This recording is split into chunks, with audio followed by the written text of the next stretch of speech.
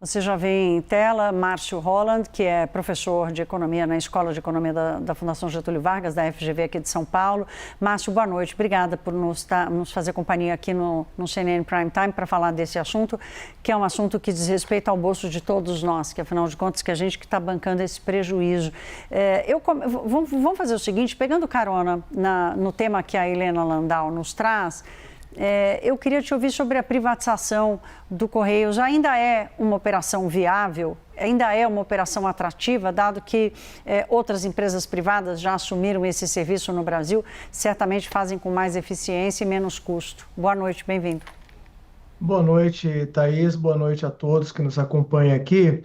Em primeiro lugar, tem que entender a função dos Correios, né? Ela é uma empresa pública que presta esses serviços postais de universalização, né? Tem 84 mil trabalhadores, né, ali dentro da companhia, né?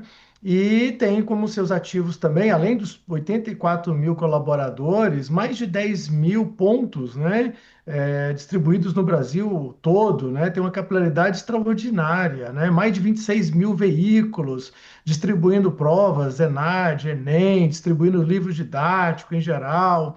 Então é sempre bom, Thaís, lembrar essa função social de uma empresa pública dos Correios. Entretanto, como a Helena Landau falou, em hipótese alguma justifica tamanho prejuízo, né? As operações de universalização, de acesso a serviços postais à população brasileira em geral, nesse país tão continental, não pode gerar um prejuízo de 4,3 bilhões no semestre como agora, né? É inaceitável, né? E outro prejuízo de 2,6 bilhões no ano passado, né? E como uma conta muito simples, nos últimos 10 anos a gente está falando de 6,3 bilhões atualizados, né? A valores de hoje. Então, é um prejuízo muito grande que paga a conta é o contribuinte. Então, para ter direito a esse serviço de interesse coletivo, social, serviço, né, público de postagem, o contribuinte está pagando muito caro. Essa conta não fecha, não é adequada e os Correios têm sim ativos, né, em geral, têm negócios que valem a pena. Mas aí, Thaís, eu volto a pergunta para você, né? Faz sentido os Correios começar a se desdobrarem para outras atividades para dar resultado e atividades essas já em atuação do setor privado? Até quando o setor público invade a esfera do setor privado em sua atuação, né? Então isso não é correto. O Brasil tem aí mais de 120 empresas estatais e essa justificativa vai se reduzindo à medida que passa o tempo, né?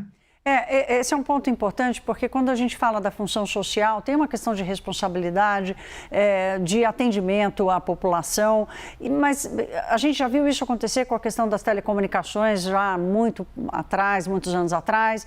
Agora estamos vendo com saneamento uma obrigação de atendimento, pega o filé, mas é obrigado a fazer também nas áreas mais remotas. Esse seria um modelo viável para o Correios, por exemplo, pensar numa privatização que garantisse a universalidade dos serviços para não deixar a população desassistida, Márcio? Perfeitamente, Thaís. Eu estou nessa linha, tá? Eu estou nessa mesma linha. Só para lembrar, né, Thaís? A gente é do tempo que tinha aquela discussão de aparelhos de telefone em casa, que não deveria privatizar a telefonia, que aquilo era de interesse social, que ia ficar muito mais caro, né? E o acesso à telefonia foi extraordinário depois das privatizações. É um caso de sucesso, inclusive, no Brasil, né? Assim como você citou outros casos, saneamento, né? Chega um ponto que a empresa estatal não tem mais capacidade de investimento. E aí você deseja uma empresa sucateada. O que tem sido feito nos Correios nos últimos anos, mesmo quando dá lucro, é o sucateamento, né? Não a reposição da depreciação dos equipamentos, das instalações físicas, né? Dos veículos, do reajuste de salário dos colaboradores. Todo mundo perde. É um jogo de perde-perde, né? A qualidade do serviço piora e por aí vai, né? Então isso não se justifica, né? Em prol da ideia ideal de você ter um serviço público no Brasil, você gera tanto prejuízo, tanto desgaste e não tem dinheiro para investimento. Márcio, eu fiz aqui uma provocação agora há pouco sobre o modelo de negócio. Quer dizer, nós estamos olhando o governo se preparar para uma operação de 20 bilhões de reais, que tapa buracos, mas certamente não prepara o Correios para uma nova geração de negócios postais, uma nova geração completamente digitalizada. Onde é que está o debate do que seria um modelo de negócio viável para uma empresa de entregas e, enfim, de distribuição de serviços? Olha, eu vejo vários caminhos, tá? Mas eu confesso que eu não entendo que os Correios deveriam atuar nessa área. Várias áreas de serviços financeiros em geral, serviços de inclusão financeira pelo Brasil afora, operações mais variadas de serviços digitais, né? Em era de inteligência artificial, tem muitos negócios novos surgindo, né? Mas isso é negócio do setor privado. Então, o setor privado saberia, Thaís, muito bem explorar essa capilaridade, tá? Saberia explorar esses mais de 10 mil pontos distribuídos pelo Brasil afora, em praticamente todos os municípios, né? No Brasil. E isso não vejo sentido ser uma atividade econômica. Portanto, tem um espaço gigante de ajuste do modelo de negócio, mantendo, né, o acesso à população mais remota aos serviços postais em geral, né? Além dos serviços que eu citei no início, de grande interesse público, como distribuição de provas de exame, né, ENAD, Enem, livros didáticos, em situações de tragédia, como